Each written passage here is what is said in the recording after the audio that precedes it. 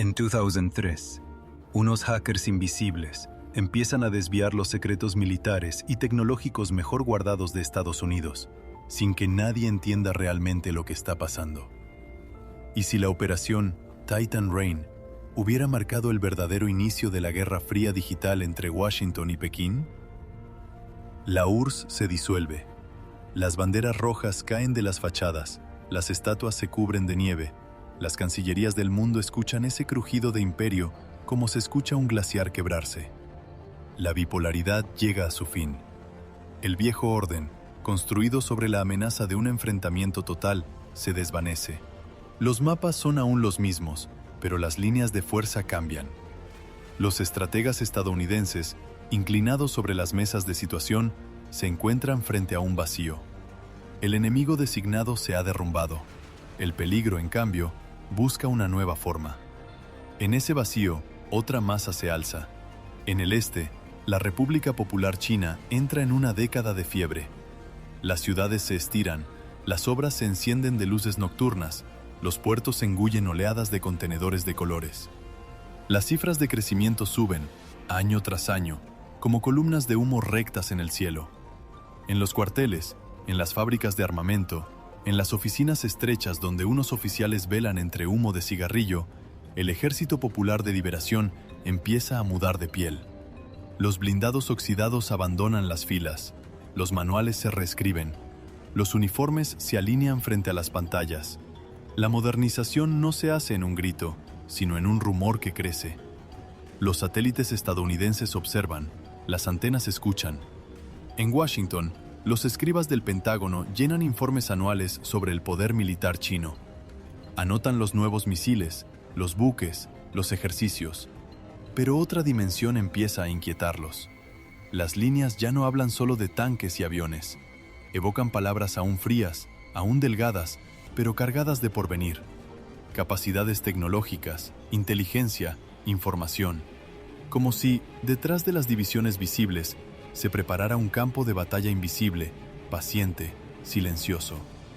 Al principio, las redes son las de los investigadores, de las universidades, de los laboratorios. Salas tapizadas de cables grises, consolas de verde tembloroso. Luego, en los años 1990, la propia administración estadounidense se conecta. Oficina tras oficina, ministerio tras ministerio, los ordenadores aislados se enlazan. Los servidores se saludan en la oscuridad de las fibras ópticas. Las redes civiles hablan con las redes militares, que a su vez tocan las redes de investigación. Todo se entrelaza, todo se comunica. Lo que, hasta ayer, estaba compartimentado por muros, cercas, recintos de hormigón, fluye ahora en un mismo río de datos. El Departamento de Defensa levanta nuevas murallas, erige NIPRNet, la red de la información no clasificada, como una gran avenida vigilada. Despliega CIPRNet, la red de los secretos, que se desliza bajo la superficie, más discreta, más protegida.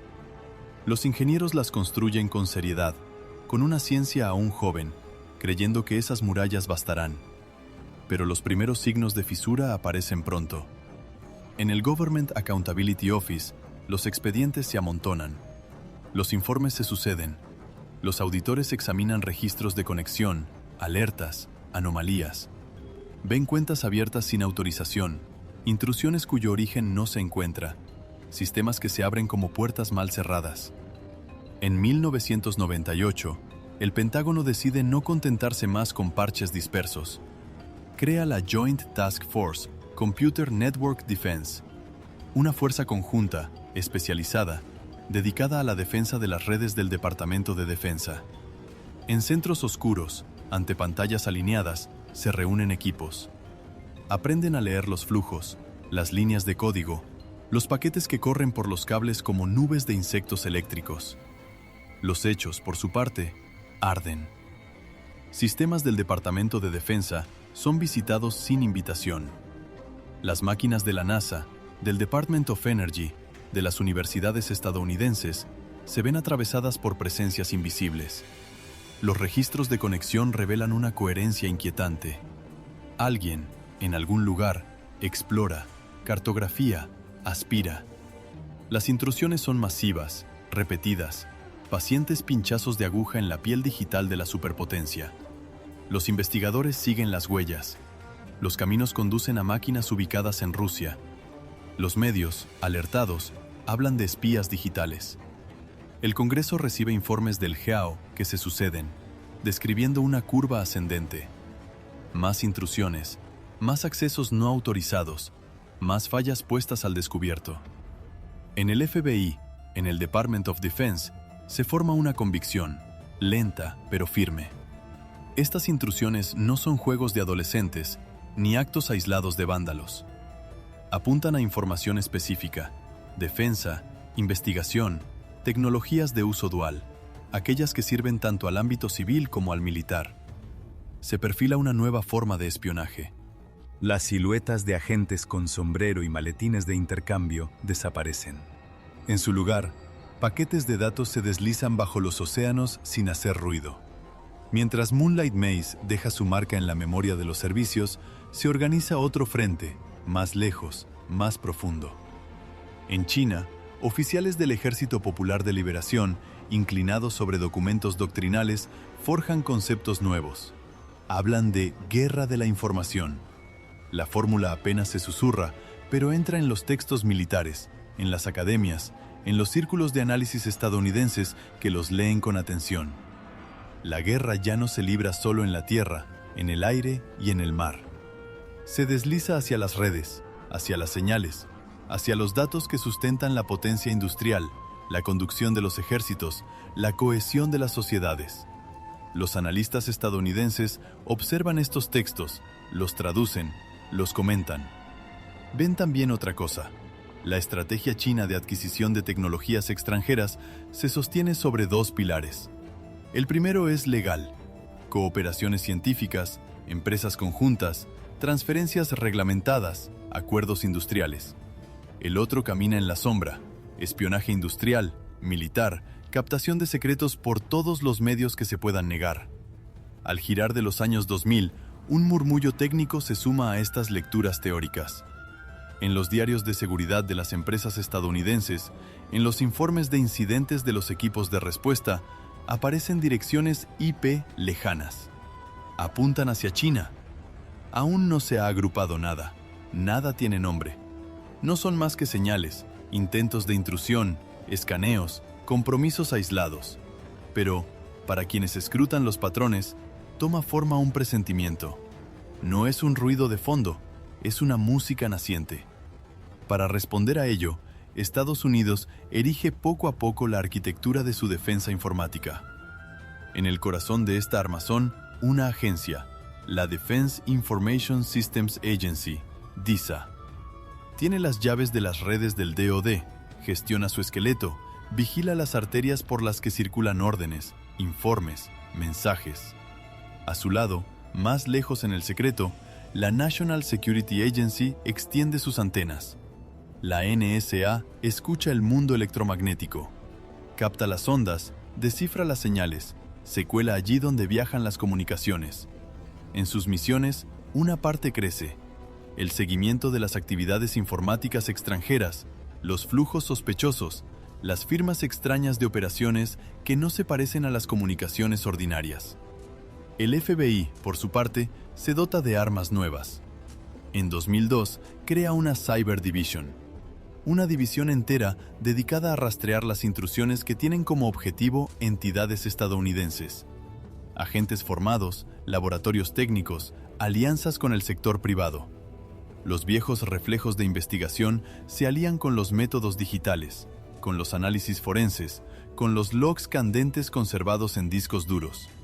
A su alrededor, en las grandes agencias federales, en los laboratorios nacionales, se levantan centros.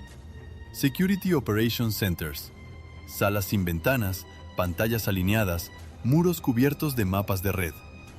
Día y noche, luces azules de guardia vigilan los diarios de eventos, los intentos de conexión, las anomalías del tráfico. Los analistas aprenden allí a reconocer el ritmo de un sistema sano y el latido desafinado de un sistema infiltrado. En este paisaje en tensión, China ocupa un lugar particular en las preocupaciones estadounidenses. Los informes anuales del Departamento de Defensa al Congreso lo repiten. Pekín busca tecnologías militares y de uso dual. Estos informes, a comienzos de los años 2000, no son gritos. Son piedras colocadas una sobre otra, año tras año, que construyen una intuición sorda. Funcionarios vienen a testificar ante el Congreso, pronuncian frases ponderadas, medidas. Colocan a China junto a Rusia entre los grandes actores del espionaje económico y tecnológico. Hablan de robos de propiedad intelectual, de transferencias no autorizadas, de empresas seleccionadas por lo que saben fabricar. Sin embargo, en este punto, se mantiene una frontera. Todavía no existe, en el espacio público, el relato de una vasta campaña de intrusiones informáticas sistemáticas, vinculada a China, que se extienda como una tela sobre decenas de objetivos estadounidenses. Todo sigue siendo fragmentario. Las señales no son un mito, aún no son un nombre que se recuerde, que se requita. El telón no se ha levantado sobre Titan Rain, y sin embargo, los actores del drama ya toman posición. En el seno del Departamento de Defensa, unidades de ciberdefensa y de inteligencia técnica afinan sus prácticas. Pequeños equipos, casi anónimos, afinan los procedimientos que, más tarde, permitirán detectar, seguir y nombrar las intrusiones futuras. En el sector privado, se desarrollan empresas de ciberseguridad. Consultores, proveedores, expertos trabajan entre bastidores con las agencias federales, los laboratorios nacionales. Sus herramientas auscultan los sistemas, rastrean los ataques, recogen indicios. Contrato tras contrato, incidente tras incidente, tejen un vínculo discreto pero esencial entre el poder público y la vigilancia privada. Por último, en torno a esta red técnica y militar se afilan otras plumas. Periodistas de investigación se especializan en seguridad nacional, ciberespionaje, las zonas grises donde la información circula en fragmentos. Aprenden a hablar con las fuentes anónimas, con los oficiales que quieren alertar sin romper sus juramentos, con los consultores que ven la sombra de las operaciones sin dirigirlas nunca. Entre ellos, más tarde aparecerá un nombre: Nathan Thornburg, de la revista Time. Todavía no lo sabe, a comienzos de los años 2000, pero dará un rostro público a una operación bautizada Titan Rain. Pero el terreno ya se está preparando. Las fuerzas en presencia toman posiciones, las redes se densifican, las doctrinas se endurecen, las vulnerabilidades se revelan. En las salas de control estadounidenses, alertas débiles parpadean como estrellas antes del amanecer. En las escuelas militares chinas, frases sobre la guerra de la información se graban en las mentes. Entre ambas, cables se hunden bajo los mares, enrutadores alinean sus luces, los paquetes de datos corren en la oscuridad. La escena está preparada. El fin de la Guerra Fría deja un vacío que llena otra rivalidad. Los informes se amontonan, las advertencias se multiplican, pero el mundo, ocupado en contar los dividendos de la paz, aún no ve claramente esta mutación.